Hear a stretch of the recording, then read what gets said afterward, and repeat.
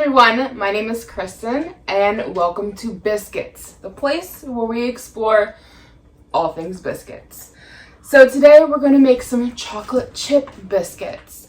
And before anyone out there gets confused, I am not talking about what Americans call cookies. I'm talking about flaky biscuits that you normally eat with gravy, which I just posted a fantastic sausage gravy recipe last week, so be sure to go and check that out. And if you need more gravy in your life, come back next week. Did I just say that? Last week I posted a video for some fantastic sausage gravy.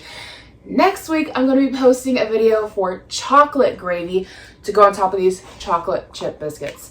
So excuse my dog, he is making noises. He always does. And if you're new here, I just want to let you know that I also have a whole other channel. It's a lifestyle channel. We do lots of fun things over there. We can go hang out with me and get to know me a little bit better.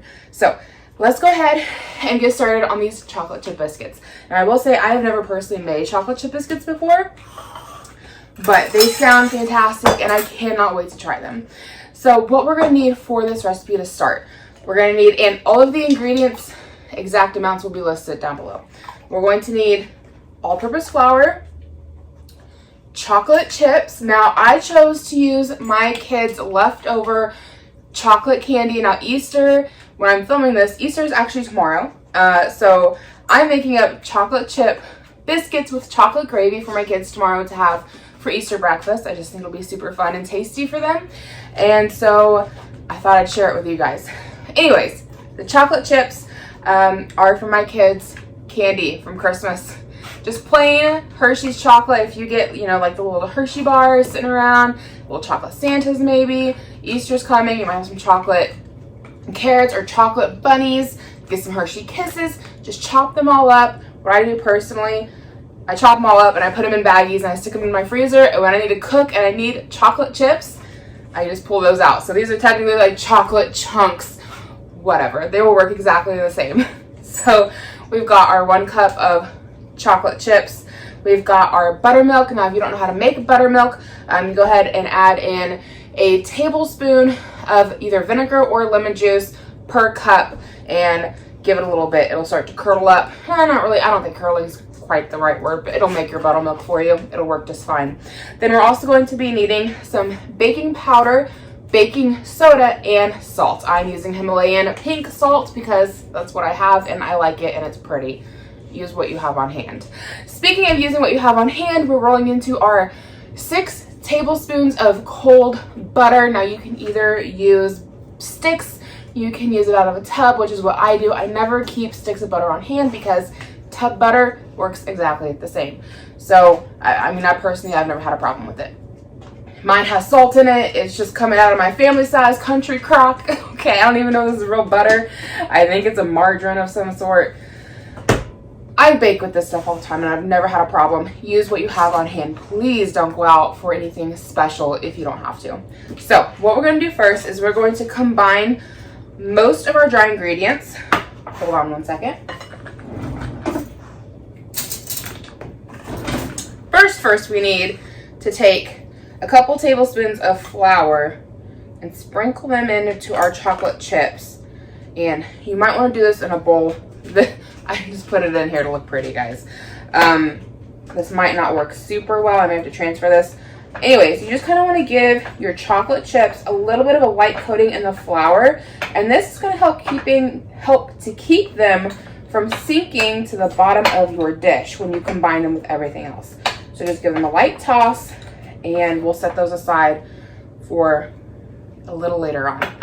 So in here, we're going to do our flour along with all of our other whatnots here.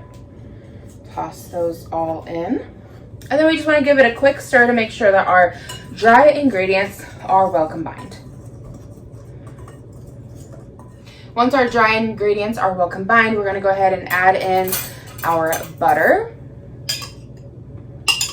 You want to make sure that it is cold. You don't want room temperature. You want it right out of the fridge. You want it nice and cold. If anything, mine might be a little too melty. So, in this case, Maybe stick butter would do better because it holds its shape longer. But again, I hate going out and buying special ingredients. So we're rolling with this. And I've seen recently on somebody else's video where they took knives to help cut butter in. So we're going to give it a shot because I don't have any, like, I know there's special tools to help you cut butter in, and I don't have any of that. I normally just struggle with a fork. So I thought we'd just give this a try and see how this works to get our butter well and combined. I think the 2 knives did a decent job to get things started, but we're going to continue on, or at least I am, with a fork, just to make sure we don't have any large butter clumps. And this is just going to give our flour a nice coating of butter to start, and it'll help make sure that butter is well distributed throughout, you know, the whole mixture, but we don't have any large like butter clumps. So just keep tossing it around. It's going to kind of start looking a little bit like sand. At this point, we can go ahead and add in our milk.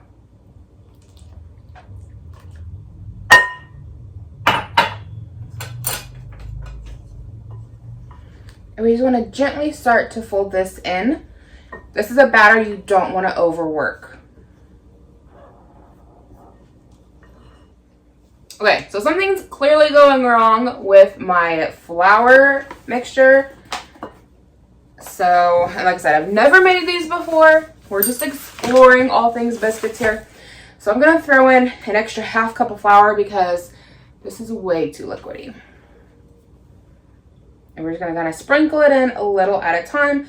And hopefully we don't end up overworking our flour.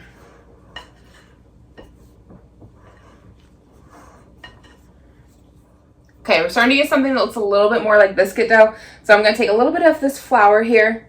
And I'll have correct measurements down below, okay? Because I took out half a cup of flour and I put in about half of that. So a third, I guess, is what that would be.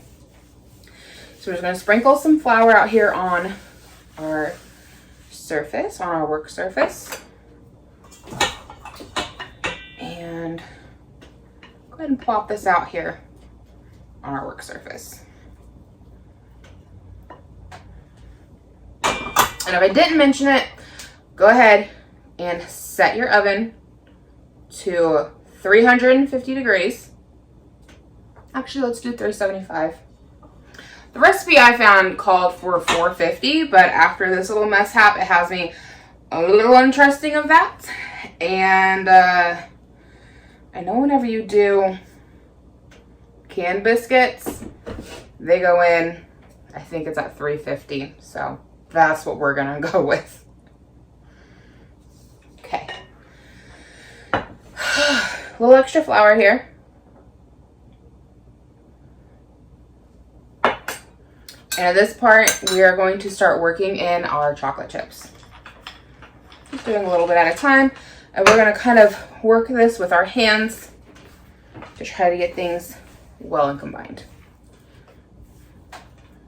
So as you can see, the dough is quite sticky. So we just need to keep adding a little bit of flour here and there until we no longer have that problem. So if you guys have the right measurements, you shouldn't have this issue. Okay guys, after a little bit of trial and error on my part, I finally have something that resembles biscuit dough. So we can go ahead and start adding in our folds to our dough. Hopefully I haven't overworked mine. I'm sure you won't have any problems once I give you the right measurements. And if that happens to you, just reserve a little bit of flour and work with it a little flour at a time until you get the right consistency and where it's not just sticking in giant globs all over your hands. Trust me, you'll know when you're there. So we're gonna try to fold it about 6 times. So I just folded it towards myself. I'm gonna rotate it away, pull it away from myself. It's 2, 3,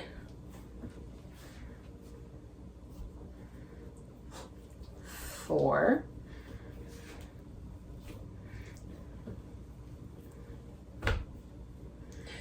5, 6,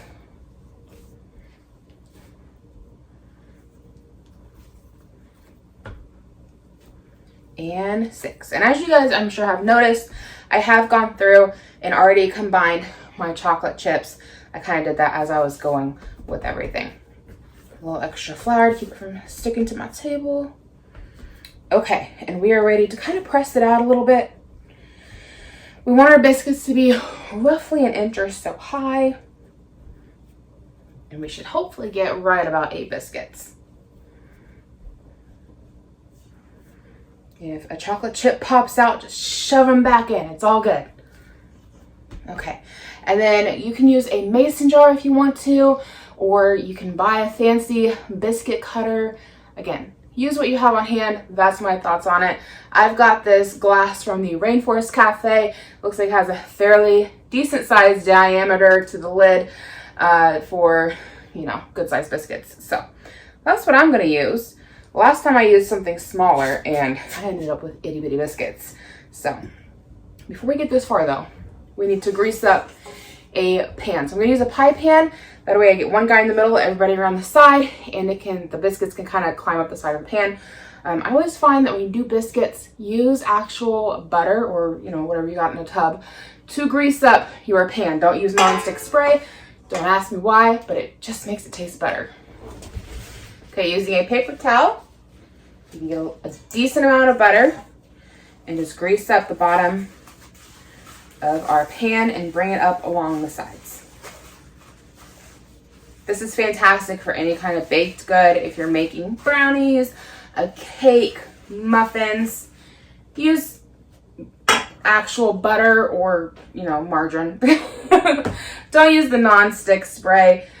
Your baked good will taste so much better. Okay, so I'm gonna sprinkle some flour on my hands really quickly to keep things from sticking, and then we can just start cutting out our biscuits.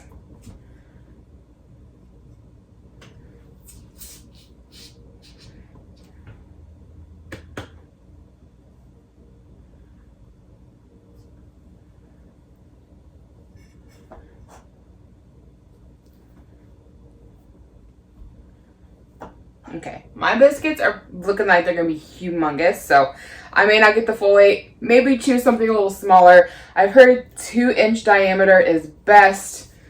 Like I said, I just thought that looked pretty good, so that's what I went with. You know what, we all make mistakes in the kitchen. As long as things taste good, that's all that really matters in the end. Okay, we've got our biscuits in our pan and they're ready to go into the oven. If you get a full 8 biscuits, I would say 375 for about 15 minutes and then go from there until they're nice and golden brown. My jumbo biscuits,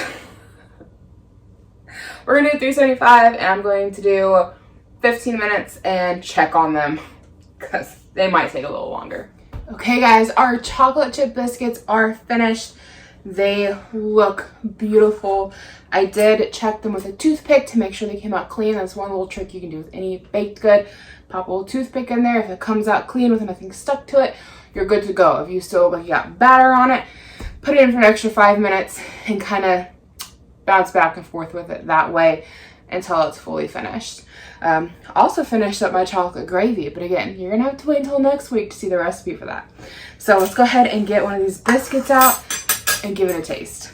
I always love the center biscuit. That's always my favorite.